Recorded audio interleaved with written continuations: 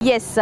So ఈయన ఎక్స్పెరిమెంటల్కే ఒక king అని అయితే చెప్పుకోవాలన్నమాట. సో ఎవరి గురించి మాట్లాడుతున్నానో పోను పోను మీ అందరికి అర్థమవుతుంది.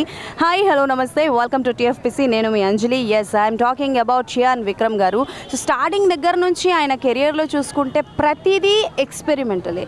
శివపుత్రుడు కావచ్చు, హాయ్ నాన్న కావచ్చు, ఆయ్ కావచ్చు, అపరిచితుడు కావచ్చు, ఇలా ఎన్నో సినిమాల పేర్లు చెప్పుకుంటా పోతే మనకి లిస్ట్ చాలా పెద్దది ఉంటుందన్నమాట.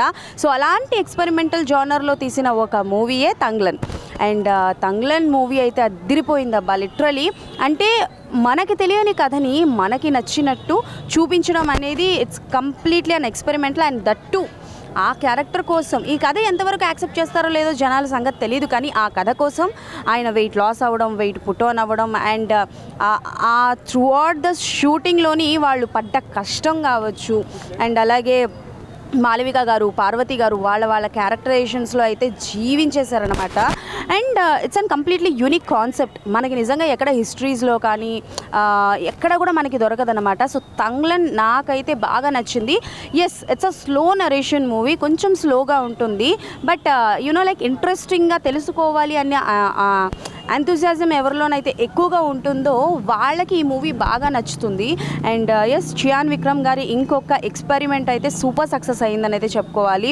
మ్యూజిక్ పరంగా కావచ్చు, అండ్ అలానే సమ్ సీన్స్ యూనో లైక్ కొన్ని సీన్స్ అయితే మనకి యుగానికొక్కడులో కొన్ని సీన్స్ ఉంటాయి, లైక్ ఆ సీన్ చూస్తున్నప్పుడు అనిపించింది అనమాట. బట్ మరి నాకేమనిపిస్తుందంటే లైక్ అసలు విక్రమ్ గారు ఎక్కడి నుంచి ఎలా కథల్ని చూస్ చేసుకుంటారు, అండ్ ఆయన బాడీ వేరియేషన్స్ కావచ్చు, అంటే హ్యాట్స్ ఆఫ్ టు హిమ్ అనమాట. చాలా బాగా, అంటే చాలా బాగా చేశారు. అండ్ తంగ్లన్ మూవీ తప్పకుండా you have to go with your kids. పిల్లలు కూడా చూడాల్సిన సినిమా. అండ్ మన చరిత్రలో ఏం జరిగింది అన్నది మనం డెఫినెట్లీ చూడాలన్నమాట. బికాజ్ నేను తంగ్లన్ మూవీ చూసినంత వరకు I think it's an fictional story, but it's not a fictional story, it's a real story. ఆ రియల్ స్టోరీనే మనకి కళ్ళకు కట్టినట్టు చూపించారనమాట. కొన్ని సీన్స్లోనైతే చాలా రారస్టిక్గా చూపిస్తారు మనకి. అప్పట్లో ఇలా ఉండేవారా అని చెప్పేసి.